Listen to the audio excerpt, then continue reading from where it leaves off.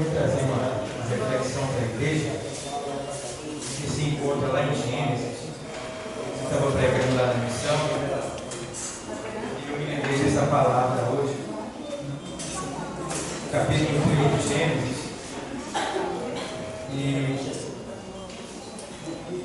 E 13. É um texto que diz assim. É muito interessante essa passagem bíblica, como está escrito aqui, diz assim, 3 e 13 de Gênesis.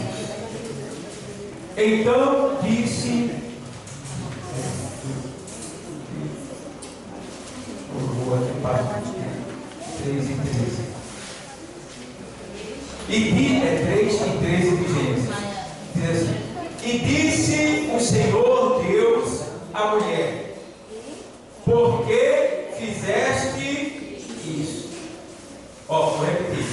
E disse o Senhor, e disse o Senhor Deus à mulher, por que fizeste isso?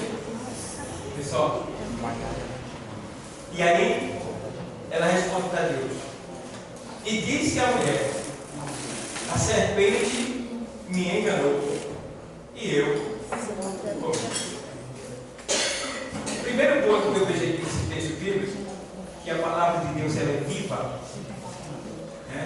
e Jesus ele está escondido no Antigo Testamento atrás de cada versículo, e nesse versículo aqui não é diferente, porque o Senhor aparece fazendo uma interrogação: por que fizestes isto? Hoje essa interrogação é para a gente. Tem alguém aqui que Deus está dizendo assim: por que você fez isto? E quando Deus pergunta, é bom, porque Ele está me dando uma oportunidade de me defender diante de Deus. E existe um algo chamado graça, uma palavra chamada graça. Graça quer dizer favor que o homem não merece. Ou seja, nós não estamos aqui, nós cristãos, nós não estamos aqui porque somos mais bonitinhos, porque fizemos alguma coisa boa lá no passado. Não estamos aqui porque somos dizimistas, porque somos ofertantes. Não estamos aqui porque a gente parou de chamar pornografia, parou de estar ali olhando a vida alheia. Nós não estamos aqui por essa razão.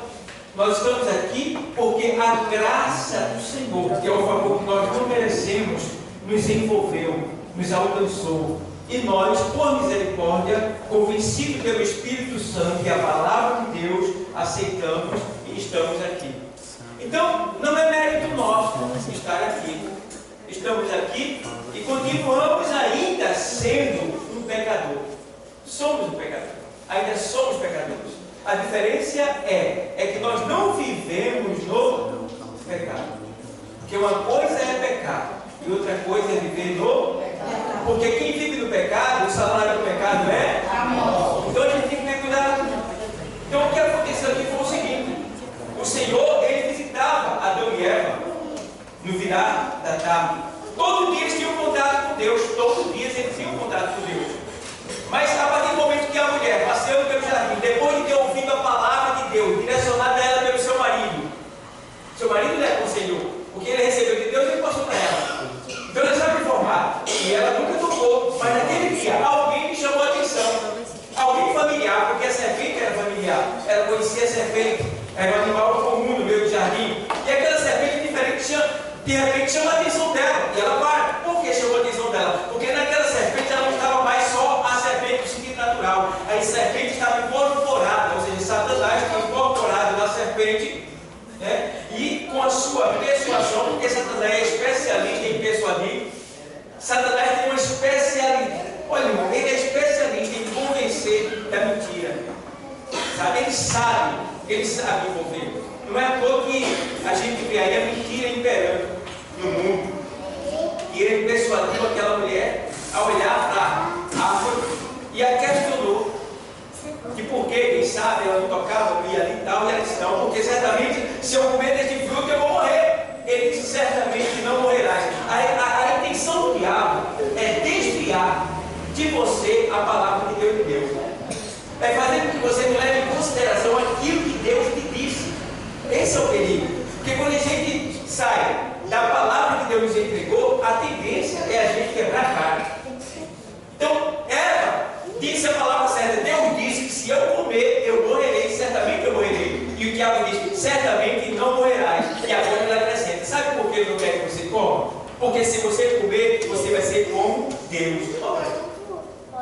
Óbvio, pessoal. Quem falou foi quem primeiro? Quem falou primeiro foi quem? Deus. Como é que chega outra pessoa, outro ser, e vai dizer para você que aquilo não é verdade? Se Deus é a própria verdade. Está entendendo?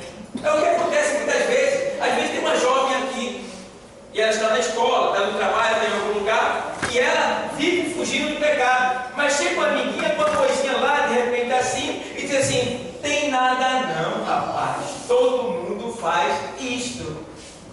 Mas entenda uma coisa, eu disse para ela, mas todo mundo não vai para o céu.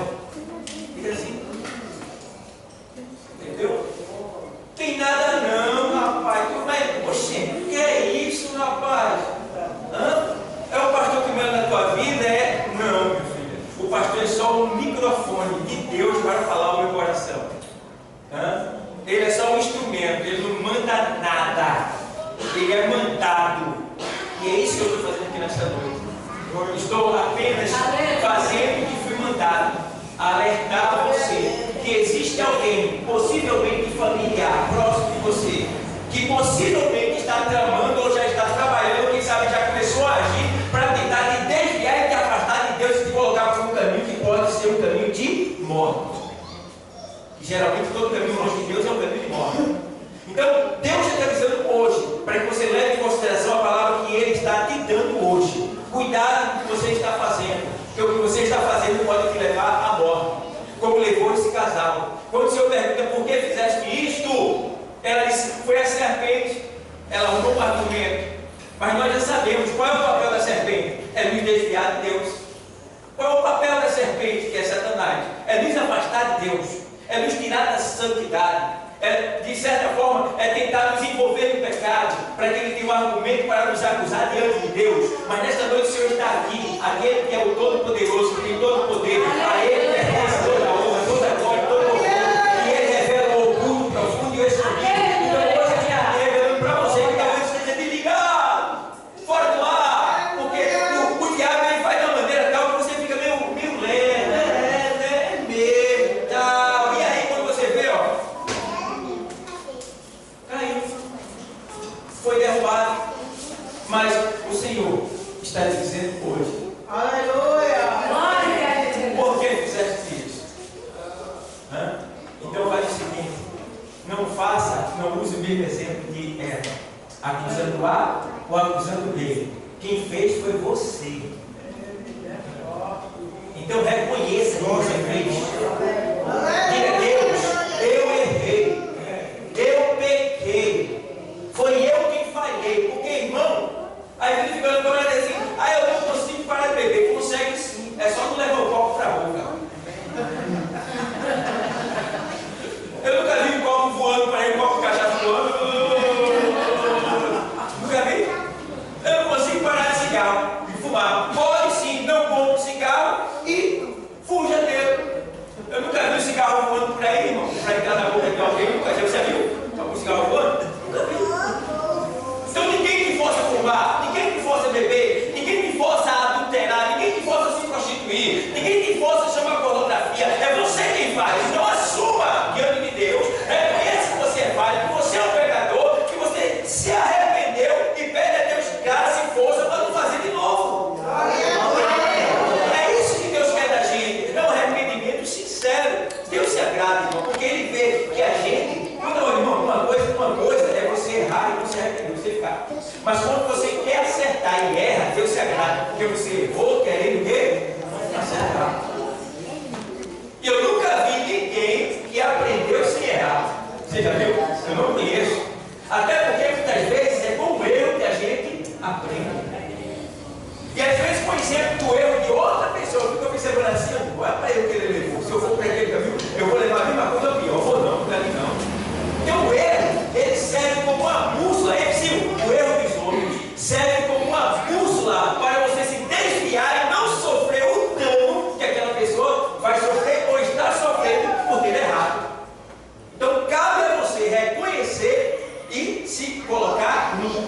espírito da palavra para andar em retidão, verdade, sinceridade, pureza, para que você possa tomar posse e encontrar-se com as bênçãos que Deus tem reservado e guardado para todo aquele que anda no caminho, tá? Porque as bênçãos de Deus estão no caminho da obediência, e quando você é obediente aos princípios bíblicos, você vai se encontrar com a bênção, de tal maneira que a Bíblia diz assim, ó, que você não vai precisar buscar a bênção. Lá em Deuteronômio 28 diz que o Senhor mandará a bênção vir atrás de você.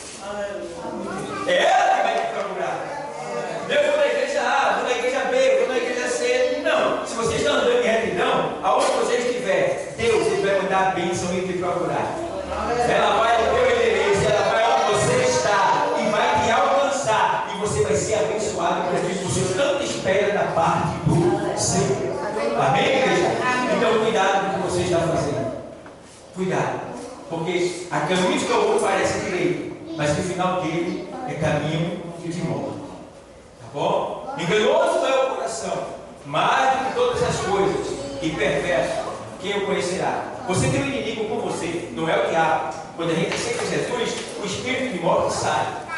Todos nós não temos como escapar. Quando sai do estágio da inocência, quando é criança, sair do estágio da inocência, nós somos dominados por um espírito mundano, um demônio. Não tem como escapar, não tem meio termo. Todo mundo tem, porque todos pecaram e destituídos estão da glória de Deus. Eu tinha, você tinha, todos nós temos. Estava no mundo, tanto no mundo, tem esse espírito de morte. E só sai quando aceita Jesus. Está entendendo? Porque ele viveu para que nós tivéssemos o quê? Vida. E vida, que quer dizer que ele está morto quando está no mundo. Mas quando ele aceita Jesus, ele recebe a vida. Então, amado, entende bem. Você tem um inimigo chamado natureza dentro de você. Natureza adâmica, natureza caída, natureza carnal. Você até se convertendo, você ainda tem vontade de fazer o mal. Até na igreja, você tem vontade de pecar. Nunca vai parar. Enquanto você estiver nessa carne aqui, com esse inimigo aqui chamado carne, chamado natureza, você sempre vai ser tentado. Essa guerra sempre vai existir dentro de nós. Mas graças a Deus que o reforço para essa guerra, para a gente vencer essa guerra, veio. E ele se chama Espírito Santo e a Palavra de Deus. Então, com o Espírito Santo e a Palavra de Deus, nós vencemos qualquer guerra. É só dizer sim para Deus e não para o pecado. Amém? Que Deus te abençoe.